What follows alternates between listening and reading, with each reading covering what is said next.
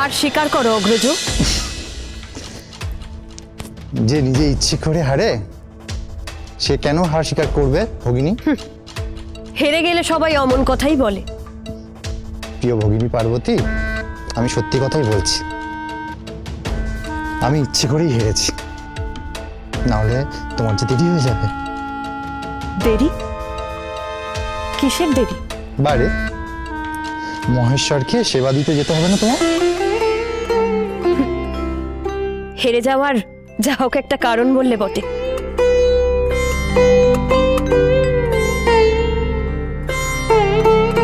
তাহলে চলো হয়ে যাক আরেকবার, দেখা যাক কে হারে আর কে জেতে।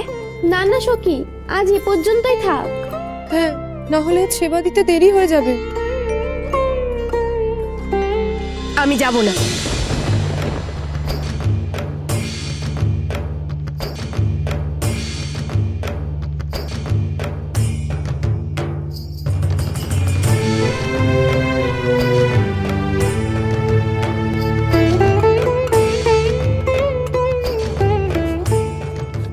কেন যাবে না? কেন? মহারাজ বলেছেন তুমি প্রত্যহ সেখানে যাবে। যাবে না কেন বললে না তো? মহেশ্বর হয়তো তোমার জন্য অপেক্ষা করছেন। করছেন না, আমি গেলাম কি গেলাম না তাতে ওনার কিচ্ছু এসে যায় না। উনি লক্ষ্য করেন না। ওনার ওই অদ্ভুত চোখ দেখে তো মনেও হয় না উনি কারোর দিকে তাকান বলে।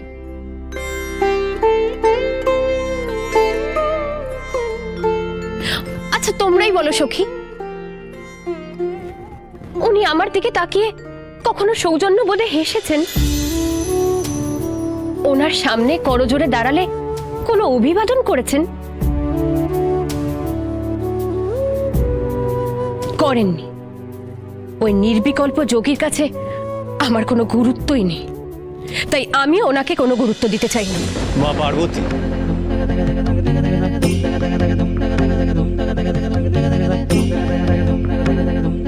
অমন কথা বলো না কন্যা। মনে রাখবে, তিনি হলেন দেবাদিদেব মহাদেব। তিনি যে তোমার সেবা নিতে রাজি হয়েছেন এ তোমার পরম সৌভাগ্য কন্যা। কিন্তু পিতা, উদাসীন, আত্মভোলা, তবুও তুমি যাবে। জয়া বিজয়া, কন্যাকে প্রস্তুত করে তার কাছে নিয়ে যাও।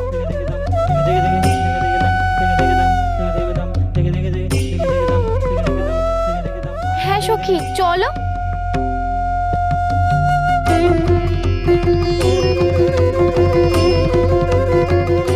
যাও ভগিনী,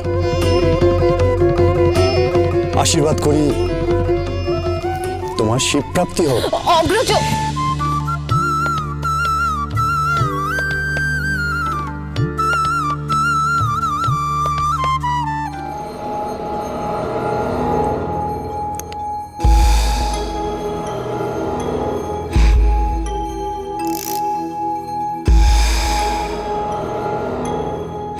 প্রণাম পিতামহী।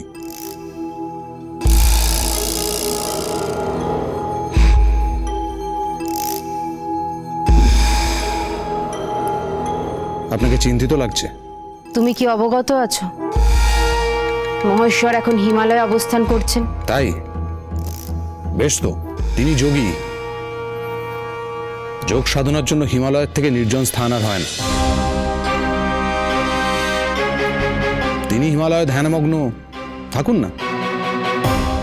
নির্জন হিমালয়ে ধ্যান ভঙ্গ করার জন্য আদর্শ।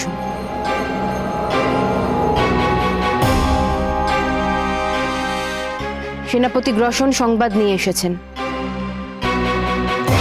স্বয়ং হিমালয় রাজ তার কন্যা পার্বতীকে মহেশ্বরের সেবার কাজে নিযুক্ত করেছেন। সে কন্যাকে মহাদেবের ধ্যান ভঙ্গ করার মতো সুন্দরী পিতামহী? অতীব। এই কন্যাকে পাওয়ার জন্য কন্যার মাতা দেবী মহামায়ার তপস্যা করেছিলেন। বুঝতে পারছো পৌত্র? পারছো বুঝতে? মহাদেব আর মহামায়া মহাদেব এবং মহামায়া। মহাদেবের ধ্যান ভঙ্গ করবে মহামায়া। সেনাপতি গ্রসন, আপনি এখনই চর পাঠান। নির্বোধের মতো কথা বলো না অসুর কুলপতি। মহেশ্বরের খবর আনার জন্য তুমি চর পাঠাবে? দেবতারা সেখানে কোনো চক্রান্ত করতে পারে। এটা অস্বাভাবিক নয়। দেবতারা চক্রান্ত করতে খুব ভালো জানে। তাদের বাঁচবার একটাই মাত্র উপায়, হয়তো মহেশ্বরের অজান্তেই। তাহলে আমি আজই। না, কিচ্ছু করবে না তুমি। কোনো হঠকারী সিদ্ধান্ত নেবে না। যা করার আমি করব।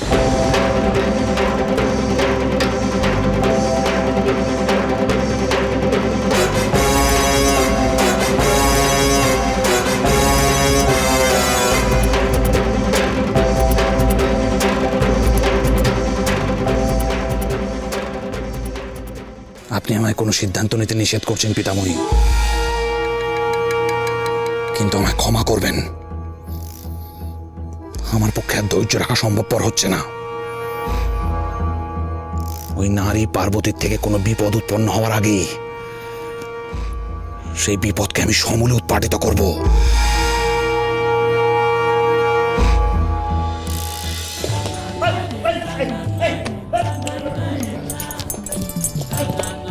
এই কি হচ্ছে কি এসব? দেখছো না পিতা ধ্যানে বসেছেন?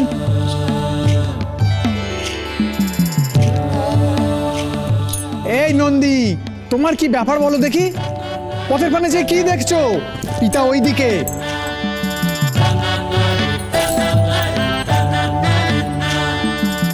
এতক্ষণে তো তিনি চলে আসেন, আজ এখন এলেন না কেন? মায়ের কথা বলছি গো। দেখো নন্দী, রাজকুমারীকে নিয়ে তোমার এই মামা করে আহ্লাদ করা আমার মোটে পছন্দ নয়। আমাদের মা চলে গিয়েছেন। তুমি কি অন্ধ হয়ে ভৃঙ্গি? হ্যাঁ, মা কি কখনো তার সন্তানদের ফেলে চিরকালের জন্য যেতে পারেন? তিনি আবার এসেছেন গো, অন্য রূপে। তিনি আমাদের মা নন। তুমি দেখে নিও, তিনি আমাদের সেই মা। কিন্তু কিন্তু তিনি এখন এলেন না কেন?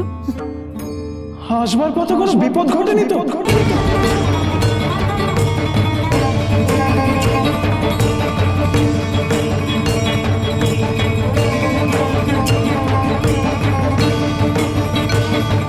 পিতা,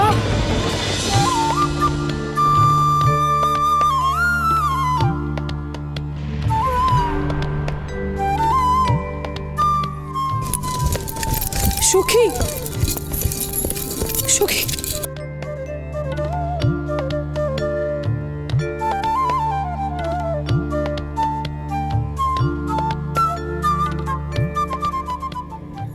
মহেশ্বরের সেবায় আজ কিন্তু অনিয়ম হয়ে গেল সখী পার্বতী।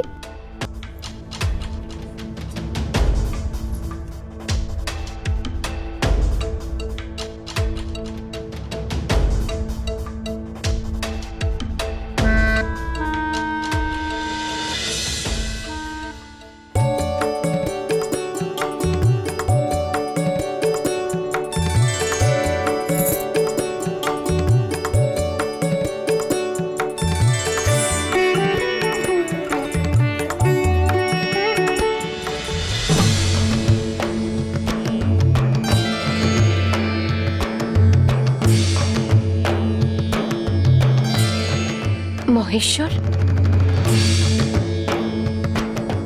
মহেশ্বর এখানে? সখী চলো, থামলে কেন? মহেশ্বরের পুজো দেরি হয়ে যাবে। মহেশ্বর,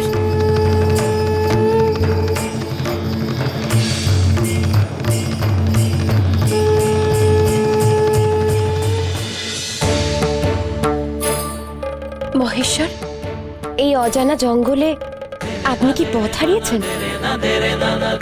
শুধু কি পথ কন্যা, হয়তো হৃদয় হারিয়েছি তোমার কারণে। জ্ঞানী যোগী মহেশ্বরের মুখে এমন চটুল বাক্য? মার্জনা করবেন মহেশ্বর, আজ দেরি আমাদের জন্য হয়েছে, সব দোষ আমাদের। ক্রুদ্ধ হবেন না মহেশ্বর, দোষ সখিন না। না না কন্যারা, তোমাদের দেখে ক্রুদ্ধ হব কেন, বরং খুশি হয়েছি।